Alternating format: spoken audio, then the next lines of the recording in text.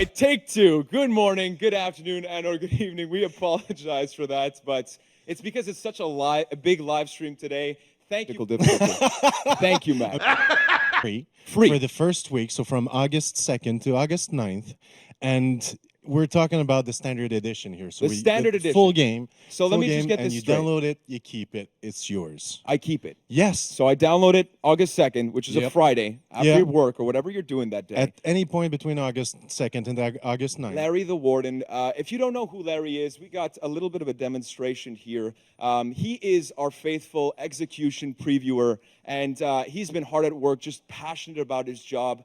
And actually, because the executions this week are so goddamn brutal, and you'll see that throughout the show, we actually have some footage of a brainstorm session on this batch of executions that we'd like to show you because there's something going on with Larry this week. Yeah. Let's roll the clip.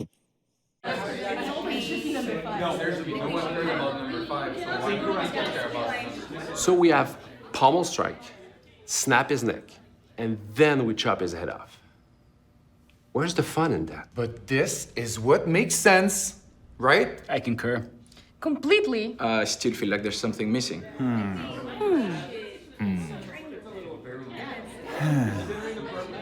Okay, what about the groin area? Now we're talking!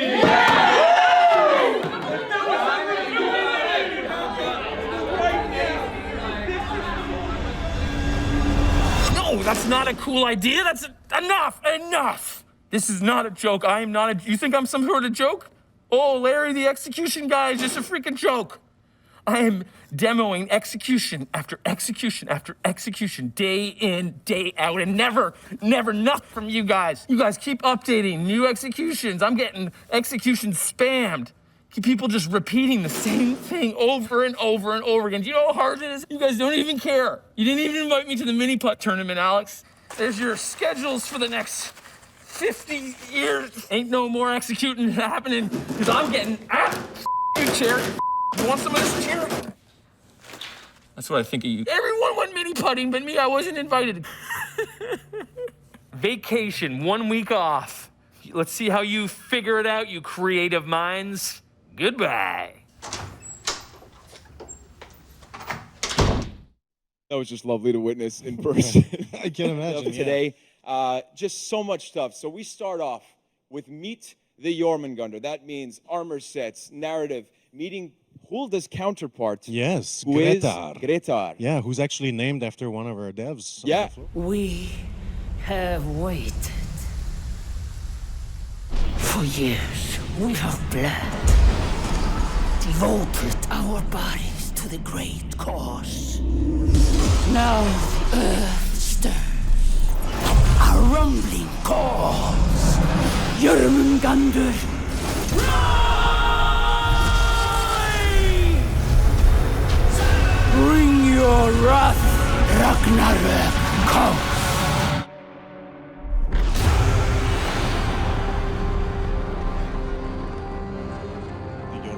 So yeah, dear Jormungandr. So let me tell you a bit about the genesis of the hero first. Yep. So the team really wanted to have a Viking wielding the hammer for a very long time now. Mm-hmm. So the narrative team, we did a lot of research about Norse myth to enforce their obsession of a dark belief. Right. Very cool. So what do we have here? Some early sketches. It's also to study a little bit the range of different possibilities, like for the ceremonies. Yeah. The second one would be the kind of a warrior boys, like the brute type, the third flavor for the players if they want something that is pretty striking, kind of wild, to something that is a bit more. Of course, this is the teaser of the weapons. Yeah, it's a great tool to tenderize the fresh meat.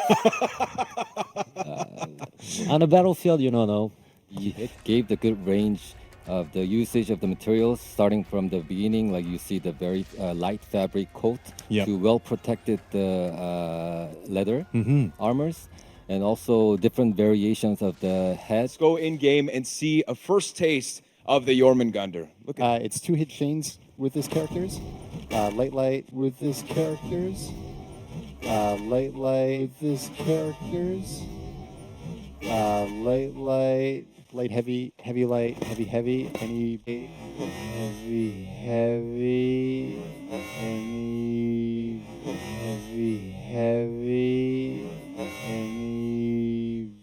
combo you want, any property to it. The heavies here have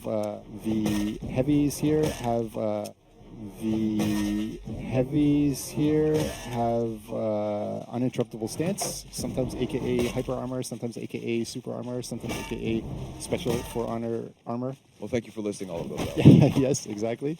On the opener, and the unblockable is finisher. On the opener, and the unblockable is finisher. We can do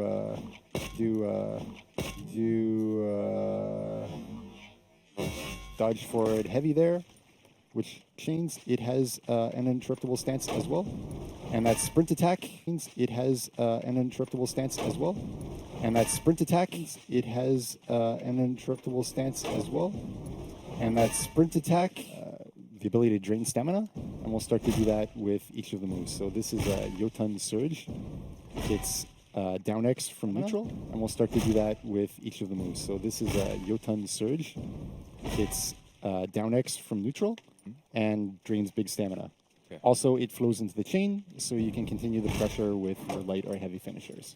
Nice. We can also do it as a second hit in the chain. This is Jotun Farewell. This is Jotun Farewell. This is Jotun Farewell. Boom. Also drain stamina. Punish. Excellent parry there, Frank. Thank you. Nice work. Yes. Yeah, So excellent. X after. I wish I could do that. After the parry. So there, you're pressing the light attack button. You get a free melee, which flows into your free light finisher. Or you could have also done light free light finisher with a melee attack followed by throw. Awesome. Awesome. Awesome. And so, in terms like right now, we're looking at specifically what the Jormungandr can do in a duel situation. And the paid off. Okay, so now the opponent is completely out of stamina, and this is where you think this is the bread and butter of the character. This correct? is where the Jormungandr is happy. Okay. He's done a bunch of work, put him out of stamina, and now all of the stamina draining moves cause unbalance. Okay. Why is that cool? What if we could do something that caused damage after that? Yes. Ah, I see. And now this is where the similarities might come in with the Centurion, I believe, right? Exactly. It's put him to the floor, get your big damage punish, be a very happy character. Nice. So here we can see it. We're going from each of the options. So throw into Hammer Slam. We can do throw X into Hammer, or sorry, the X into Hammer Slam. That was down X into heavy into Hammer Slam. Sorry. That does it there. I'll do the parry. It would have put him down anyway, but as you saw there, but we could also do X, which is super cool if the opponent drains, or your parry drains the stamina to 0, the X move after will put them to the floor. Maybe the bush So winning. into the winning. Hammer Slam. Always. No matter what you do, Hammer Slam. Nice. That's the goal. Nice. So Hammer Slam. There we go. So this is Jotun Salve. We see on every one of the stamina draining moves, so down X there, parry X. Each of these is healing the Jormungandr on every stamina draining hit. So she wants to do these stamina draining moves anyway. That's her kind of game plan. And now she's being rewarded with HP for free on every one of these hits. Nice. And now feat 2. What does that do? Further helps her survivability. Okay, she's done all this stuff. She's put the guy over stamina. She's got healed on down X. Hammer Slam, temporary shield bonus. Okay. As you see there, when the Hammer Slam is pulled off. Okay, so it needs to happen. It needs to be a Hammer Slam. Exactly. So here it is, coming, boom, So, shield. so as a player, if I see somebody starting to get out of Hammer stamina, Slam. Feat 3 is a Zealot Bolt. And you see here, puts the opponent out of stamina instantly. okay. Projectile, Hard to react to, of course, because it's pretty quick. you're going to eat that quite a lot. Yeah. The best for last. Feat 4, Twilight of the Gods. Twilight of the Gods. Yes. That sounds menacing. AoE, knocks down everybody nearby, gets uninterruptible stands during it. Here, Boom, everybody- wrecks them both. Gets a Hammer Slam, gets her shield Nice. as her tier 2 feat. So all complements each other. Everything it's all- makes sense. That's let's take a look. Let's dive right in game, starting off with the standard hammer here. Just looking brutal. That's the hammer that you get when you get the character, the first hammer. Sweet. And as we go on, we'll see the evolution of this one. Awesome. So I'm really obviously happy about common, this one. Yeah. So this is the common, rare, epic, heroic, and then after Exactly. that, The rarity just goes up as we go left. Sweet. Really happy about this weapon. It's the first of its kind in our game. So we didn't have this type of weapon before. So a crushing weapon, really savage, violent, heavy weapon. Yeah. We really wanted to convey weight on this one, and the materials really work. It's a pretty nice weapon. So yeah, before that we had slicing. Yeah. A lot of blades. Must be completely different when you're trying to add those textures, of course, because this is a completely different weapon, as you said, Exactly. the first of its kind in this game. So, can you tell us a little bit more about like the creativity behind this? Is there like a theme that you try to convey throughout the whole weapons, or is it trying to give its own flavor each time? Yeah, it depends on the events. Sometimes we're gonna have like one theme for it, but usually we try to convey like a general idea. Yeah, pretty much the Viking mythology. That one through looks all of brutal this. right there. Yeah, this one is pretty big and heavy. So, the interesting thing about hammers is that they're good for crushing heads, but also for those chicken cutlets, right? Huh? This Yeah, looks so great. for battle and cooking, perfect. It's a perfect weapon. Sweet. So let's head on over to all the weapons behind this beautiful wall here. Look at this, just a beautiful room with all of this stuff that's being ready to be shipped out for August 1st, Year 3, Season 3 of Huda. Starting off with the Warden here, a beautiful Wardens. piece. These are really cool. So we didn't have a specific idea in mind for these. It's just to create more variety. Yeah. And keeping them as beautiful as we can. And of course, you guys, again, we talk about maybe themes and the textures playing an important part in conveying like the weight. This is just beautiful looking at the Yeah, contours this one's set very here. nice. And we're going faction by faction. So, Lawbringer here. And so, how do you guys, again, bringing in new weapons must be a challenge each time because you want to bring something new to the table. So how do you guys as a team try to bring something new every time? Well, everyone has its own. Everybody has its own specialty, Yeah. on the team. So you have the creative side, and you have the fight team side. That everybody they choose a type of weapon that they want to have a link with the character, and we try to get that story through the weapon also. So the story of the character, the type of character he is if you take the Jormungandr, really heavy weapon, really crushing weapon, and if you take the faction itself, the guys themselves, they have a strong belief, and they really stand by it. So it's a great way to showcase this. Yeah, and you want to make sure that that's conveyed on the weapons. And Exactly. of course, you have a little bit of like the yin and yang that we can see in some of these yeah, for this weapons. one. Like right here, Berserker. The two wolves Yeah. from the mythology. Oh, sweet. Yeah. Sweet. This one That's is just really beautiful here. Yeah, this one is really Big Mike, who is a Warlord main, said that this one is his favorite, of Yeah. course, but really It's a nice sweet with weapon, the emerald green there. Beautiful for the Raider here. And now moving on to the Samurai. So this is for the Kensei, just beautiful textures. And again, I assume that you're playing with not only colors and the textures together, and each time you're trying to bring maybe something that hasn't been done before, which must be challenging with the amount of weapons that come in. Yeah, we have a lot, exactly, and we try to recreate stuff, new ideas. This looks brutal. Big Shugo mains here. Must Yeah, be the having main well. thing is we try to not lose the nature of it. Try not to lose the nature of the weapon. You want to understand that it's a weapon, and still be artistic. So keep it beautiful, but you understand that it's a death. It's a killing machine. It's a killing weapon. Yeah, These are all brutal. They're beautiful, but I mean, it's a nice thing to see for the last time. Yeah. Right. You want to make sure. Yeah. Moving into the Wulin here for the JJ, which is absolutely beautiful, and now the Nusha. Really great details. Pretty Look nice. at This that. one very Yeah. colorful. Really, really nice.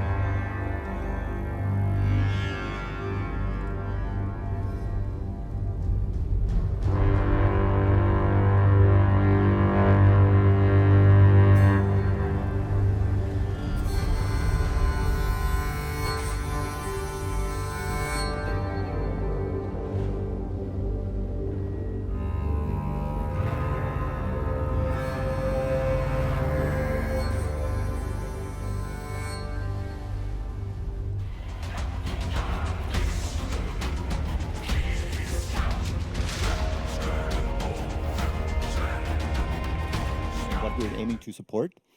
And one of the most important things for us is to support the competitive scene. We know that right now it can be a little bit painful to run tournaments, especially if we try to do 4v4. Clarissa knows all about that. Yes, so currently right now for tournament organizers running tournaments, the only way to spectate tournaments is if you kill the caster, then they would spectate their team. That's impossible with 4v4 just because, the maximum players that you can have in a custom lobby is 8, and each team needs 4. Of course. That's that. And so, apart from that, this obviously not just in terms of the competitive scene, but it allows other members of our community, such as content creators as well, to have more flexibility along those lines. I'll let you continue on that front. I mean, if we're going to be doing this, we figured it's easy for us to support the community at large, meaning that when this is fully there, like everybody's going to be able to spectate their friends. Yeah. Breeds and Tribute and Breeds were close, but it will be all the permanent modes by the time we fully ship it. It will be available on all platforms. And because of the way we're doing it, it's going to be the practicing. You're doing the campaign. You're not on dedicated servers. It's a little particularity there also. If you refine and of course, Clarissa, that you basically are specialists when it comes to our competitive scene and speaking with the players. Being able to gather that feedback is super valuable for a dev team, and being able to refine all of the features that we bring in, especially what I would expect for spectator mode. Yes, that's correct. So as says on the PowerPoint, it's a great select friends here. Exactly. Works out so perfectly. You pick any of the friends with the icon that indicates that they're spectatable right now, and you choose to spectate. Sweet. So what this is going to do, this is going to get the information from the dedicated server. It's going to download it to your machine. You're going to recreate the match locally. And right now, again, this is in development, which is why you see 60 seconds remaining and maybe another couple of small visual glitches right there. What Clarissa's done now, she's switched to the tactical camera. You can see the outlines that indicate the team of the player and where they are. This makes it a little bit easier for us to see what's going on in the map. And you see the feedback. There's like an arrow over some of the players' heads. What Clarissa's doing, she's cycling with the shoulders on the controller to cycle through the widget on top and select a new player. So you can kind of queue them up, and then when you're ready, you hit confirm, and then you jump to that player. Awesome. And we have a couple of nice new tools in that player view as well. If they're locked onto someone, like these two are, you can swap between them on a button press. Which is very fun.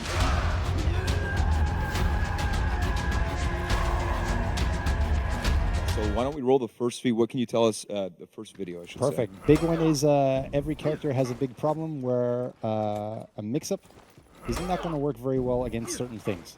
For example, the most obvious one is back dodge into roll. This beats quite a lot of mix-ups. Shugoki's heavy finisher block strafe movement. So you see on the left, before Shugoki was too slow and Shinobi is fast enough on the back walk, they eventually get further and further apart.